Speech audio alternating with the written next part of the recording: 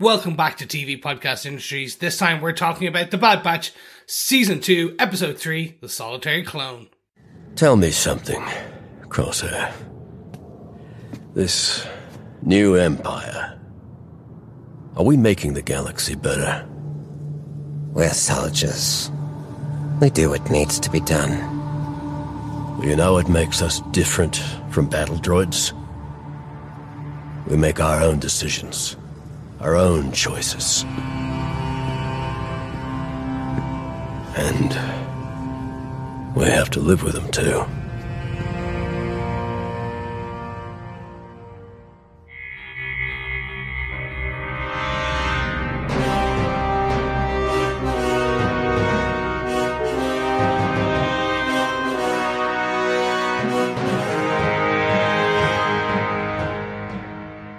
Welcome back, fellow clonies, baddies, and batchers.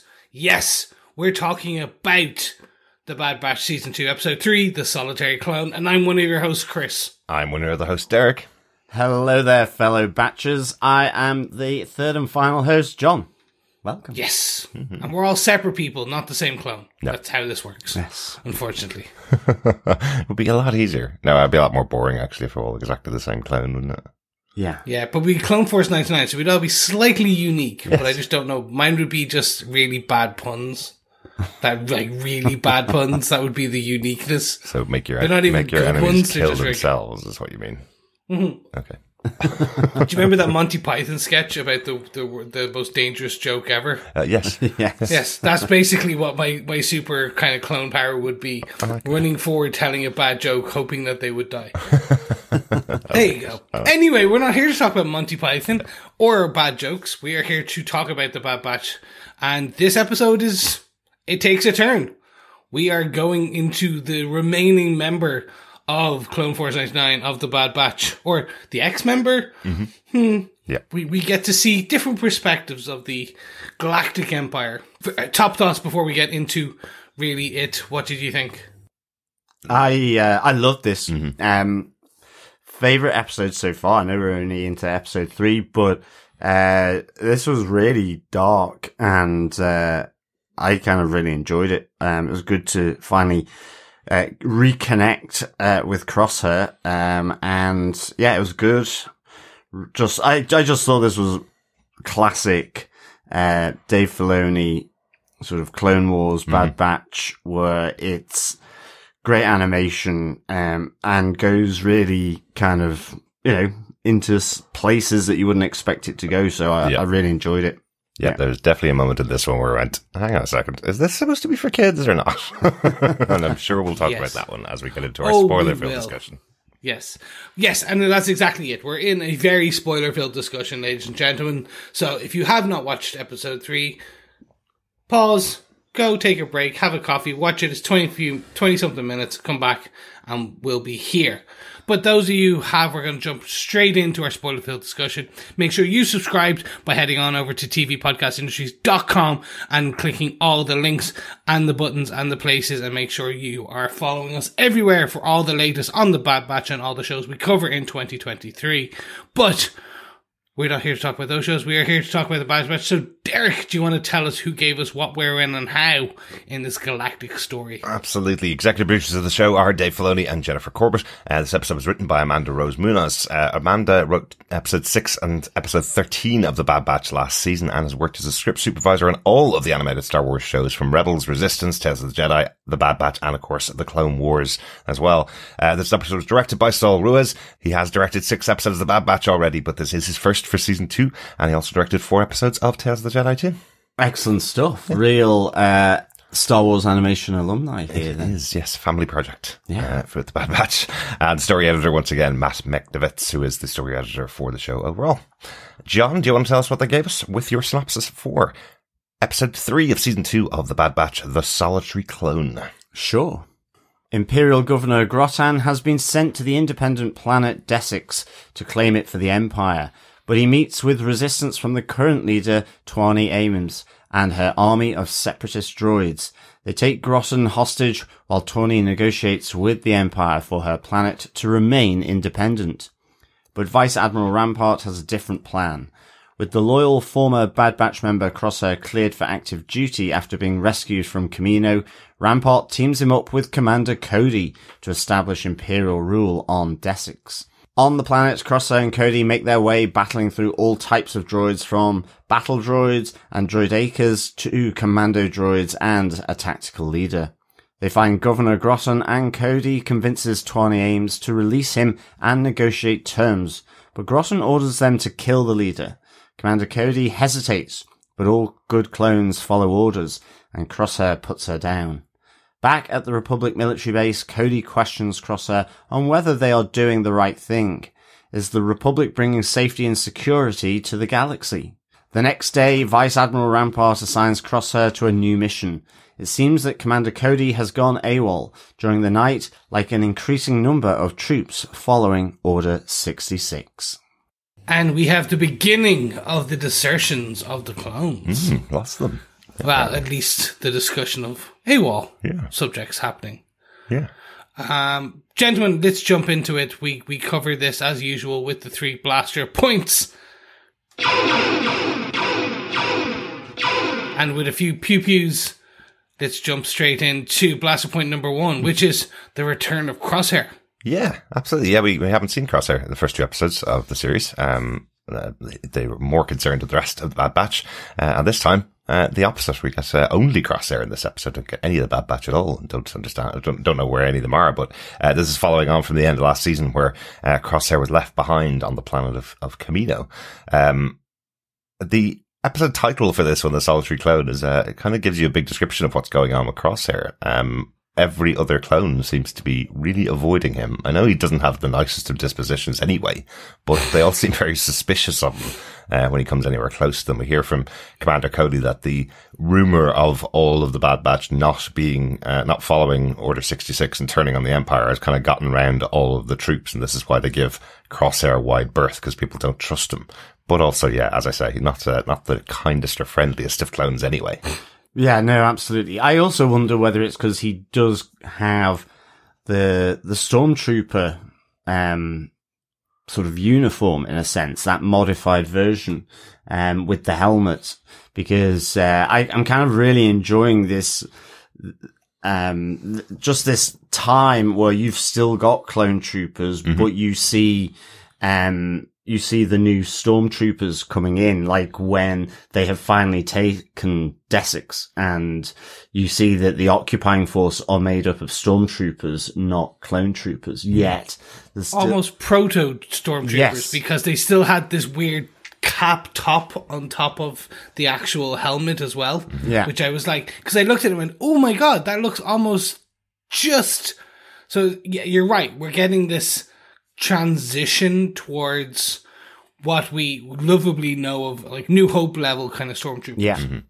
And I think actually doing episode 2, I was saying clone troopers, thinking, but I thought we'd seen stormtroopers now. So I like this kind of mix that's happening, and almost those competing factions within the Empire, at least within the army.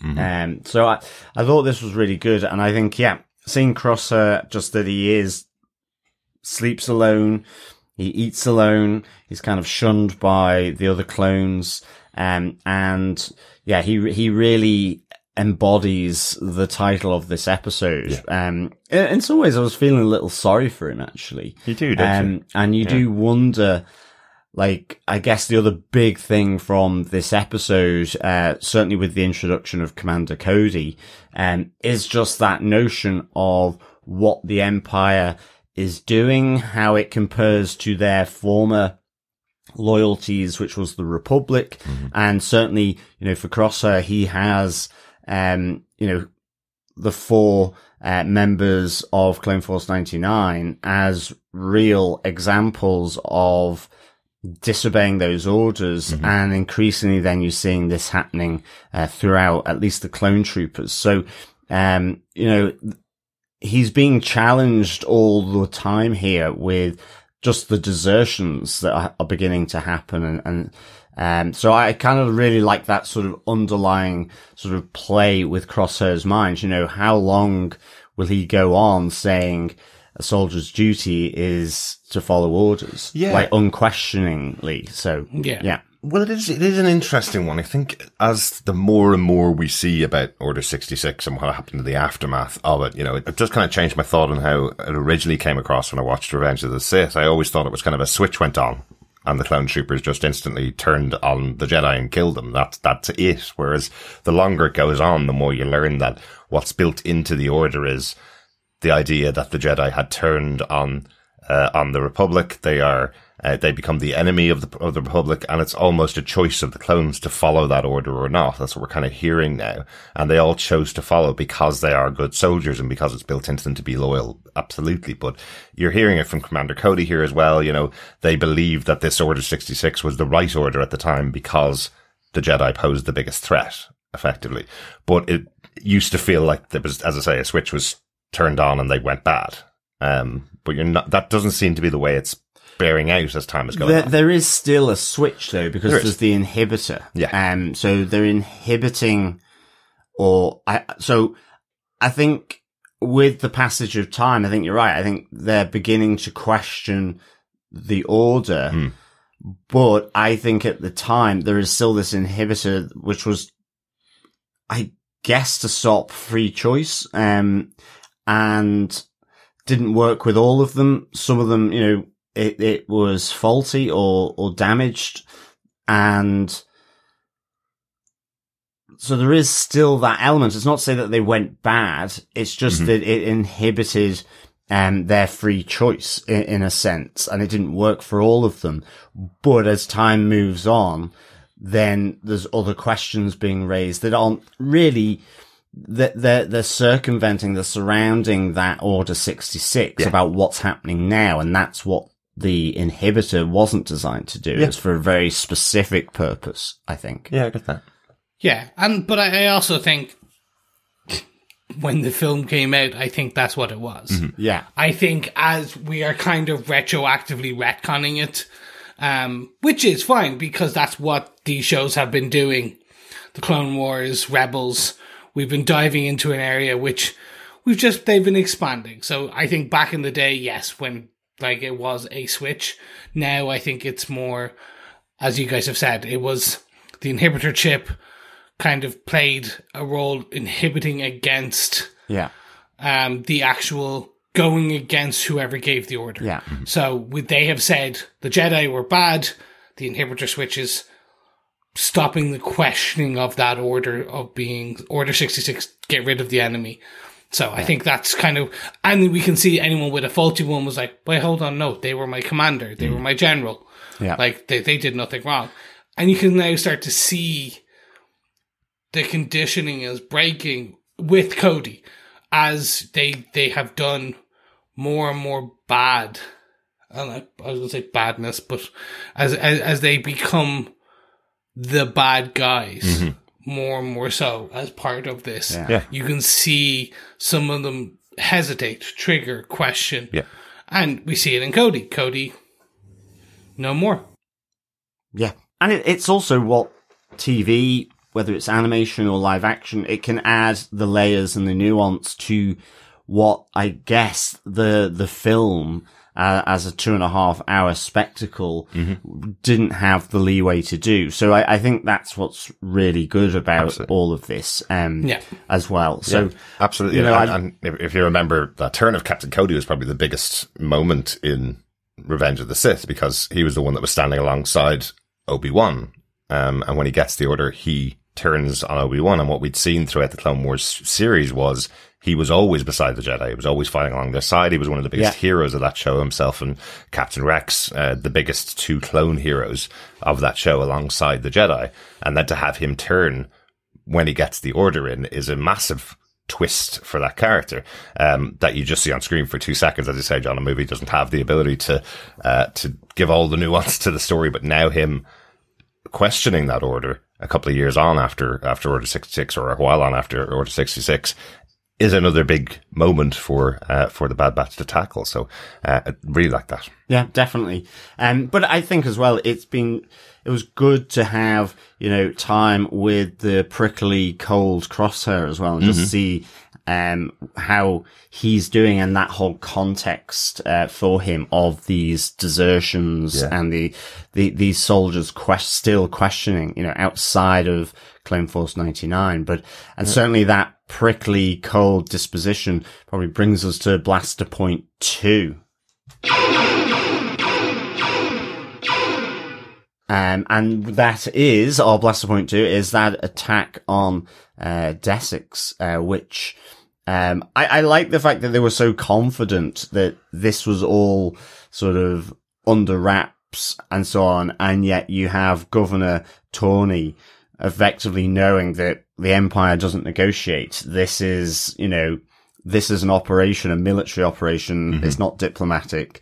And I think, I love the fact that then plays out with this urban warfare through the streets of Desix, but with seeing some real good, sharp shooting from Crosshair. Absolutely. I just want to make one quick mention to the opening moments of the episode where we had the initial approach to Desix, because it's a very small touch, but I like that Governor Gatton, who's on board the ship with his army, he looks really nervous to do this.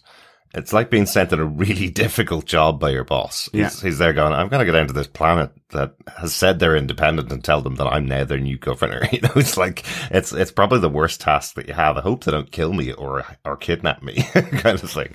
It's just like, I like that little touch of him. He does look nervous before he arrived. Initially, I thought it was just because he doesn't like flying. It was something like that. But, well, it's kind of the arrogance, isn't it, really? I mean, it's interesting in this moment that effectively they're taking over a planet. It's not even just a city, although that is the key to it, but he's literally there with like 8 or 10 troops against an entire planet. I mean, that's the arrogance of the Empire. It's like, you will just succumb and submit to this is our negotiation effectively, because if you don't, well then I guess next comes the Star Destroyers and the orbital bombing, I guess. But it's just it's the threat that backs up the later 10 troopers is where it really comes from, isn't it?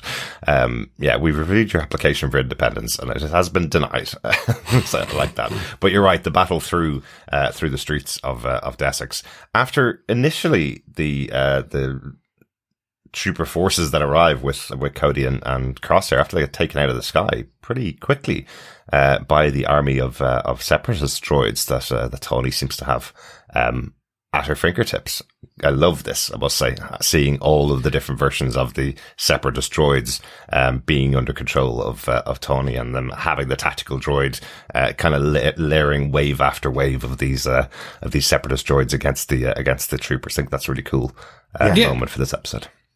They didn't fully explain how she rewired them or kind of programmed. It was just kind of Crosshair going, she must have reprogrammed them. And all right, there you go. Yeah, that's it. We don't have time in a 28-minute episode to do that. I enjoyed this because I always enjoyed our Roger Rogers. They were always kind of the comedic fun sometimes to the foil of what was happening. Weren't they so annoying when we saw them first in Phantom Menace? They were such an annoyance to be on screen, but after seeing them for so long in the Clone Wars and after seeing them now in Bad Batch as well, they do make me laugh a lot more than they used to. Definitely. I think they work better as well in animation like that. Yeah. As well. It feels kind of more appropriate because, I mean, it in some ways, the comedy in the movies, it was set against, dare I say it, George Lucas's talk of, the politics and the trade dispute. And it kind of, like, it was so massively seriously dull, like some of the context of that George Lucas introduced. And then there was this real silliness, like, to the roots of, I guess, the whole franchise. Yeah. It kind of was almost jarring that George Lucas had put on screen, these formidable, sort of the other side of the war. Yeah. Compared to like the clones or just some of the other discussions that he was introducing into this world, which I think is why we have probably Andor and things like that, in terms of that. So that's great. But whether it worked for those movies, certainly for maybe older fans of the franchise, I don't know. I mean, at the time, yeah, I was like, oh my goodness. But yeah, grown to love them. Yeah. Yeah. And I think there was one I hadn't seen before, which was this more assassin-like one at the very end that were jumping on the walls. Yes, the commando droids. Yes. Bro. I obviously, because I've admitted it freely that I have never gone full all the way through the Clone Wars. Yeah. The animated. Yes, they're very, very present in the Clone Wars animated series. They're definitely a formidable foe. You wonder why they don't roll out more of them, but I presume they just take a little longer to build than the pithy battle droids. But I kind of liked how they used each of these as almost layers of a video game for the troops to get to their goal. Loved that opening shot of the battle, really, from Crosshair taking out the tank. I love how so good. He's able to stay himself for long enough so that he can find the exact right point to hit the tank and blow it up with just one shot down the barrel of the tank. I thought that was that was very cool. And I loved his sharpshooting up the spiral stairs using the little sort of reflector discs to shoot up, and even to take out the tactical droid at the end. Like, that was very cool. Yeah. Whether it was possible in reality, I don't know, but very, very cool. Like, that is proper sharpshooting. He's amazing. Yes, it's dead shot level. Yeah, it is. We're going into DC here. It's just like, or Bullseye for you Marvel fans. Yeah. It was just basically the paper clip through the air. Well, that's Crosshair's central trait. That's absolutely. He is the sharpest of shooters. And he certainly proved that in this battle. Yeah. But should we get towards the end of the Battle of Desik, because this is where the show gets very, very dark. We get to the end. The tactical droid, the commander, has been taken out. We got the Governor Tawny essentially holding the Empire hostage, and basically saying, we want our independence. We're not with anyone. We just want to be left alone. Leave me alone or I'm going to kill. And we get back the usual, which is orders must be followed. Good soldiers follow orders. Yeah, there's a moment between the two of them as Cody puts down his gun and he seems to be willing to negotiate with her. Again, Cody had been a very heroic character, as we'd seen throughout the Clone Wars. So I'm sure he'd learnt a bit of the negotiation tactics. But when Tawny agrees and hands over Governor Grattan, it's him that makes the decision. He's the one that says, kill her now, basically. We can't give her independence. We won't give her independence, and she can't hold this over the Empire, effectively. So, Cody refuses. He steps away, or at least hesitates, for a moment. But the shot then rings out as Crosshair takes her out without a second thought. Yeah. Which is what? This was the bit that shocked me. Again, this technically is a child's show. It's a teenager at this point.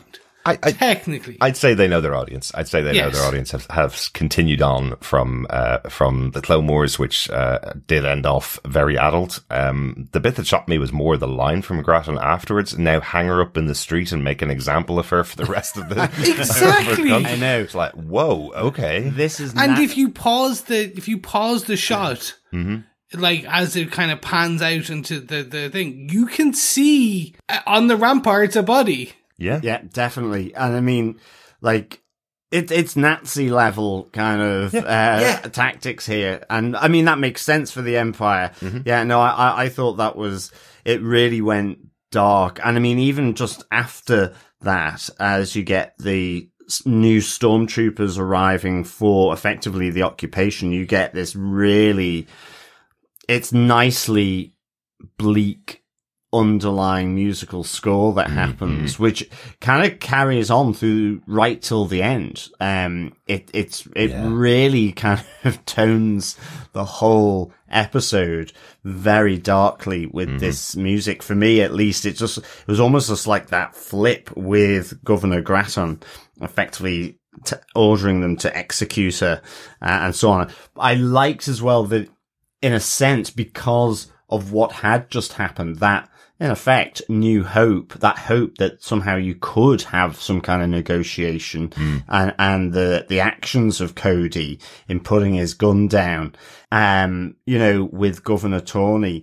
But I really liked her reference that, Count Dooku was right. I mean, so again, really the sense that Dooku is in some ways not being rehabilitated, but actually almost slightly different shade from the movies, that actually for a lot of people, he was still that awful, sort of, apprentice to, Palpatine, like we saw with Romar from the last episode, on his homeworld.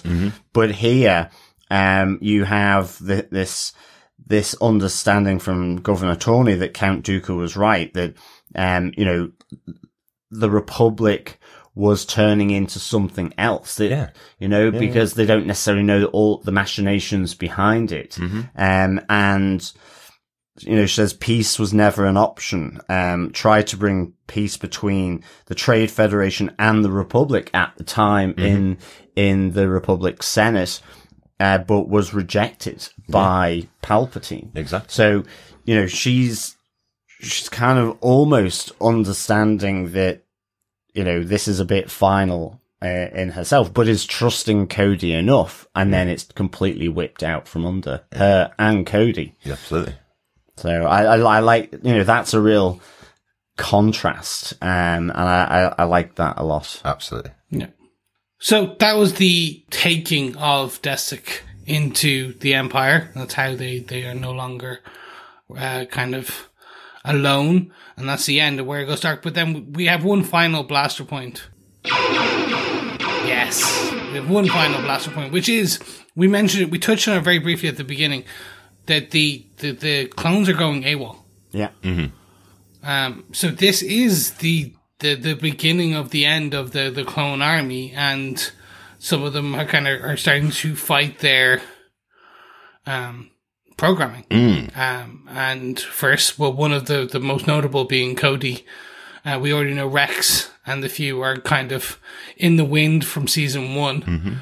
And we have seen him. So now we're seeing Cody join him, maybe, and more.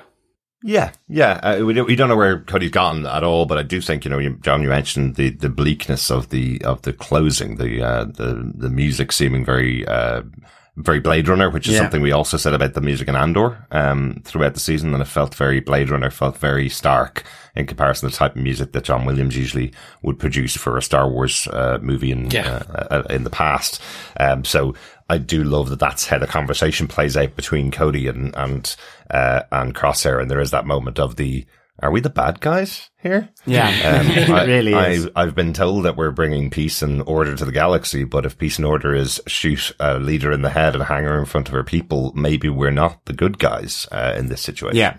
And I think the other thing potentially that may resonate with Crosshair, and kind of why I was saying this whole sort of almost chipping away at his position, which is good soldiers follow orders, is when Cody says to him, if you do that, are we not just the same as battle droids? Yeah. Which are just programmed. Like, they have no choice. The orders are transmitted to them through their hardwire. Whilst they're clones, they are still, human, I guess, in that sense. They can still make a choice. Yeah, they can still make a choice, and so on. So I just wondered, would that begin to start to chip away at Crosshair's position on this? I don't know. Because certainly after what had happened on Desik's in the governor's office, Crosshair certainly didn't take any moral high ground. No. I think there was enough of a pause and hesitation from Cody that suggests he could have done it, but Crosshair stepped in and took out Governor Tawney. So you just don't know where the show's going to go with it, because like we were saying all the way throughout season 1, we're kind of going, they'll make it up and Crosshair will join the Bad Batch again and off they ride as heroes into the future kind of thing. But as the story goes on and on and on, you're kind of going, well, Crosshair can't really be redeemed from what he's doing. They keep layering on the darkness, layering on that he does believe in the truth of the Empire, does believe in their mission. And this is another episode where he's done it. So this episode is more about Cody's realization and Cody going AWOL and Cody leaving the Republic, as opposed to Crosshair questioning himself, because he's literally just done another murder on behalf of the Empire. So he's had the conversation, yes. He's being posed and his morals are being questioned, and he's being left alone in rooms to ponder what he's doing. But he's been doing that all along, and he's still going along with the Republic. So I don't know whether the story is going to be that Crosshair comes back, or whether it will just be seeing the Republic build through the eyes of a former member of the Bad Batch, and him being the antagonist for the Bad Batch for the whole of the show. I think that is where we are now. They are, as you said, they're layering on the points where redemption. They made you that he does a final act of redemption to attempt in his final dying breath kind of thing. Yeah. But like, very Darth Vader-esque, which is like, he turned bad. He killed all the younglings. Yeah. But in his final act, he saved Luke and killed the Emperor. Well, threw him off the balcony. Not killed, as we found out, for some reason. Well, yeah. Let's not go into that. It's a whole other podcast. But I think that's what the only thing they can do, because they're essentially setting him up to, within a few more episodes like this, he will be killing random kids in the street kind of thing. Yeah. Like, he's just, and it will be because orders... It was the orders. Exactly. I must follow orders. His hobby is drowning kittens, I guess. Yes, exactly. I mean, that's where we're getting to. Yeah. I don't know if you could creatively tell a good enough story for him to be redeemed. Yeah. Because he is this now. Like, he just killed that woman. Mm-hmm. And I'm like, I don't know if I want him to now. Because he is a good foil to the Bad Batch, which are trying to find their own way in the galaxy at war with itself. Mm-hmm. In the creation and the kind of the larval stage of what is the Empire. Yeah. It's not even larval anymore, but that's a great the young stage. Yeah. I like that. The larval stage. Yeah, absolutely. It's a pupa. They haven't gone cocooned yet. But I think that's where it's the fun, and I think Omega is the new Crosshair, and in a good way. Mm. But I do start to wonder how they build on the Crosshair mythos in the next couple of episodes in this season. Where do you give him his own now? He already had his own little battalion before, but do you get now a new battalion of Crosshair likes? Not now Clone 99, Clone Force 99, because they were all different, but more, maybe they do. Maybe they give them a load of Dark Troopers. Yeah. Or stuff like that. So or maybe they, as you say, they bring him back as a leader. Like, I was intrigued by Vice Admiral Rampart again, specifically giving him his missions, bringing Crosshair in and giving him his missions and assigning him to where he needs to assign him.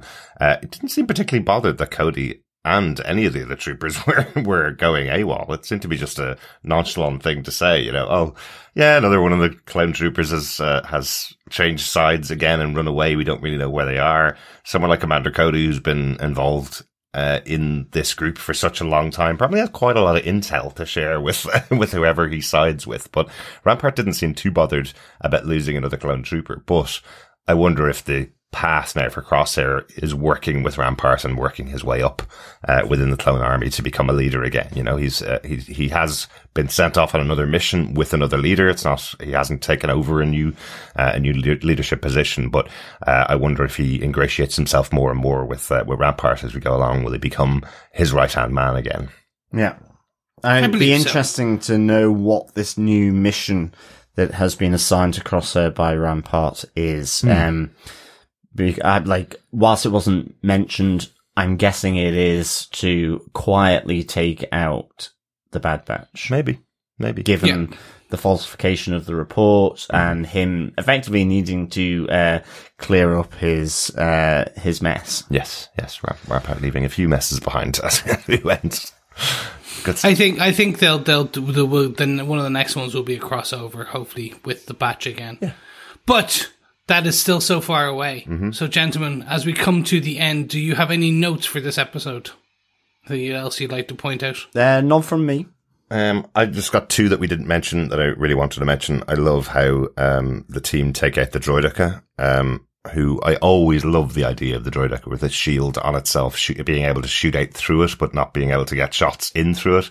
Love throwing the sticky bomb at one of the battle droids, shooting it in the head. It folds through the shield and blows up the droideka. I thought that was so cool. It was a really cool little move. And then you mentioned earlier on, John, about Tony Amy's working in the Senate, and she mentioned she worked with Mina Bonteri. That's the senator of Andron, who was a very good friend of Padme Amidala. So a little reference and throwback to the Clone Wars as well. So excellent. That she did have some connection in the past. So I like that. Good stuff. Yeah. Excellent. Well then, gentlemen, with that, we must close out this episode. But before we do, I have to ask, what are your final thoughts of The Bad Batch Season 2, Episode 3, The Solitary Clone? John? I absolutely loved this. I'd give it 4.5 meals for 1 out of 5. I just really enjoyed the whole sort of overarching aspect of here of the Empire, taking planet by planet, in different ways, coming back to Crosshair as the solitary clone back in the field, seeing his sharpshooting, a shot down the barrel of a tank. Really good. Very cool. Spiral shooting, very cool. All of the different sort of that urban warfare, and then just that dark turn, seeing how the stormtroopers are the ones that are being asked to occupy, not the clone troopers. It's almost like they're sending them on the missions, and a few of them will get popped off, just reducing their ranks further. Because again, there is you've got an entire army of clone troopers here and being asked to effectively get taken out of existence in some way. So I like all that transitional stuff. Seeing Commander Cody was a real surprise, and having him going AWOL, I think, is really interesting for the remainder of this series. And as I say, for me, I just wonder whether there's redemption in it or not, or whether it's redemption with a final hurrah in a sacrificial way. It's just, to what extent are some of these things going to chip away or at Crosshair's position, or is he so cold and detached that it just doesn't? Really enjoyed all the different aspects of this episode. So for me, at 4.5 meals for 1 out of 5. Excellent. Derek, what about yourself? You mentioned meals for 1. We forgot to say that we now know why Crosshair is so thin in comparison to the rest of his clone troopers, because he doesn't get to eat any meals. Vice Admiral Rampart seems to call him the minute he puts a mouthful of his breakfast into his mouth. No, really enjoyed this episode. This is a perfect episode of The Bad Batch for me. I love how they drop episodes like this in between other types of episodes, more fun episodes, that kind of stuff. So they will never have a show which is darkness every week. That's not how the Bad Batch worked. That's not how Clone Wars worked as a cartoon either. But when they do an episode like this where you get the other side of what's happening on the Empire, the other side of what's happening with a character you haven't seen in a while, and bringing back someone like Commander Cody to the show, I think are really, really good. So this is a perfect Bad Batch episode for me. Loved it. How about yourself, Chris? Same. The darkness here kind of pulled you in after the levity of kind of episode 1 and 2. Again, not that levity, but the foil to this. It is the two sides of the coin. We get the Bad Batch, which have Omega and Upbeat and Wrecker making jokes and all that fun and games. And then you get this very dark episode, basically about the occupation of a planet, a system, and the basically stringing up enemy combatants in the town square.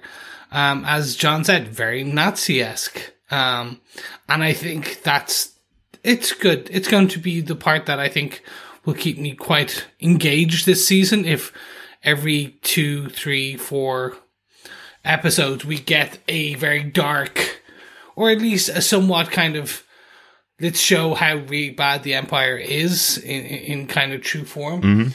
Like when they start burning books, or that's where we'll be like, oh yeah, okay, we are the bad guys. I want to see that. Yeah. So overall, really enjoyed it.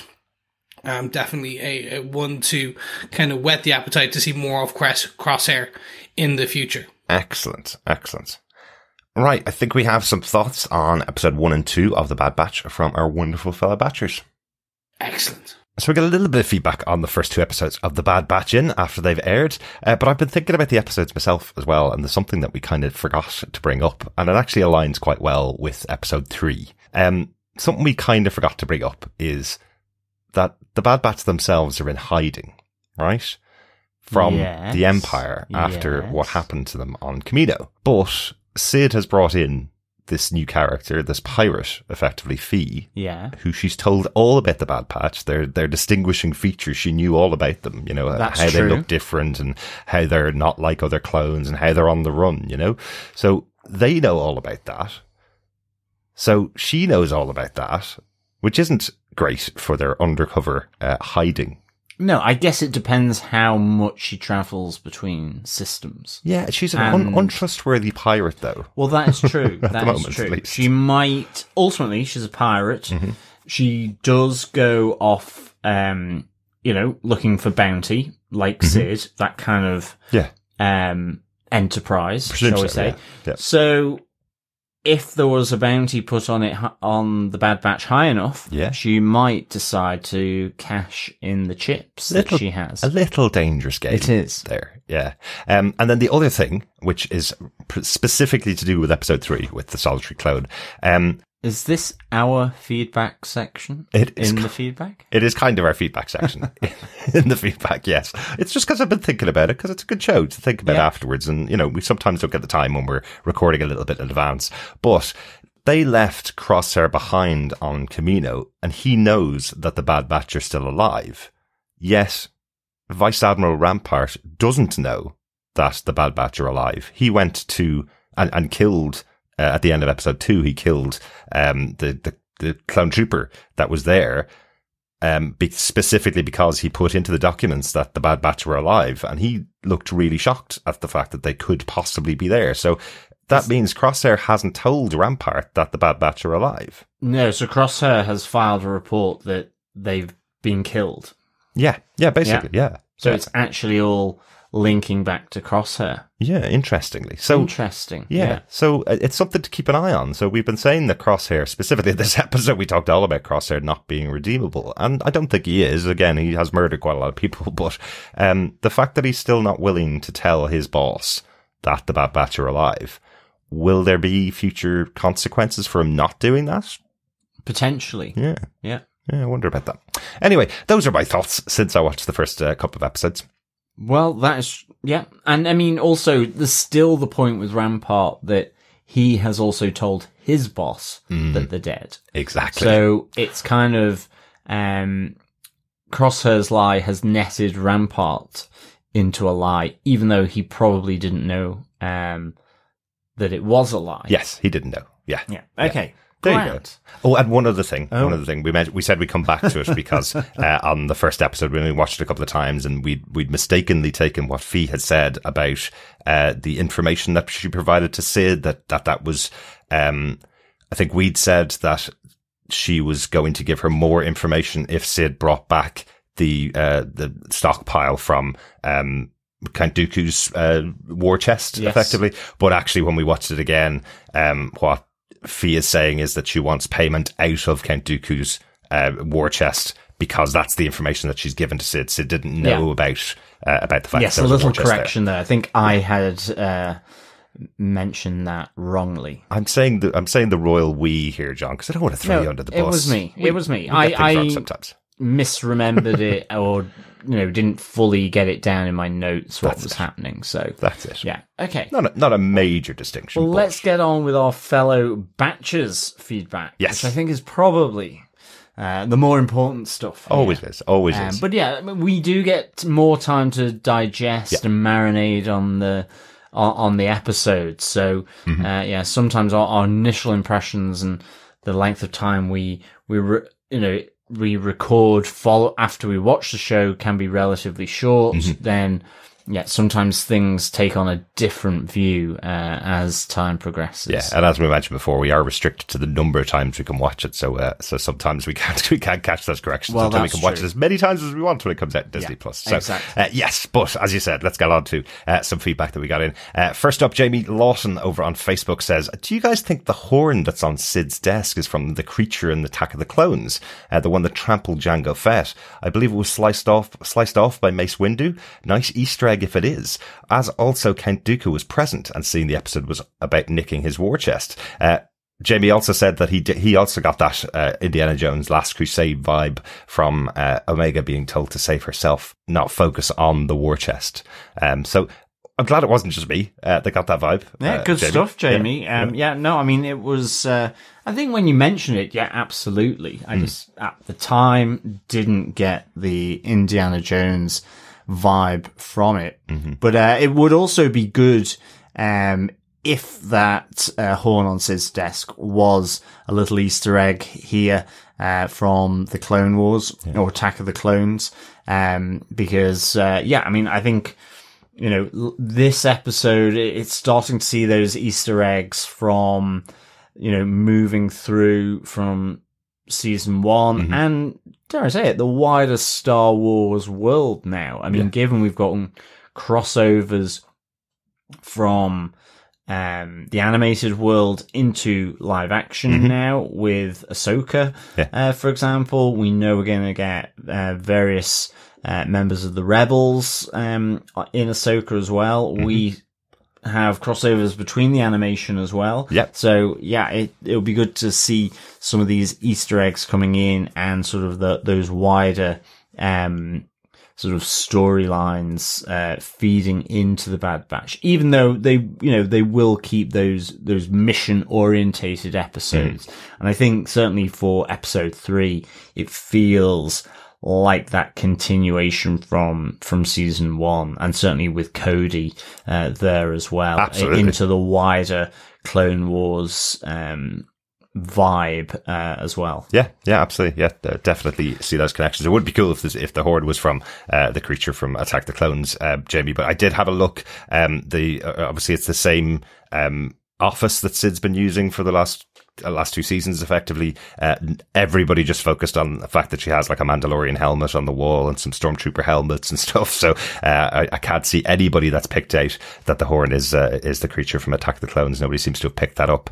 But it'd be a cool little Easter egg. I'd love to see if the showrunners have talked about it. Picked it up. Jamie's picked it up, of course, because we have the best listeners. So good spot, Jamie, I would say. Absolutely. For sure. We also got some feedback through from Dr. Bob Phillips as well on the first 2 episodes. He says, "It's good to be back with this adventurous crew. I'm always impressed when the show can recap the key bits of the characters' backstory and set the context for the new viewers without it feeling like an info dump or inducing yawns.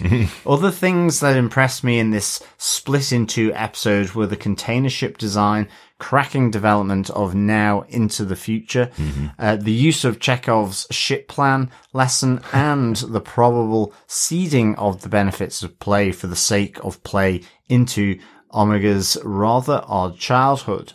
Most shocked by anyone's ability to move, let alone hobble along, with a shattered shaft of femur." Well, indeed. The Batch are strong. But yeah, I do understand that they didn't even splint his leg. They just kind of carried and dragged him. Yes. Yeah. Well, and as well, I mean, I think, Dr. Bob is absolutely right. They always have a great recap bit. I hope my synopses aren't too long and yawn inducing. That's all I can say. That's true. That is true. I hope not. Oh no.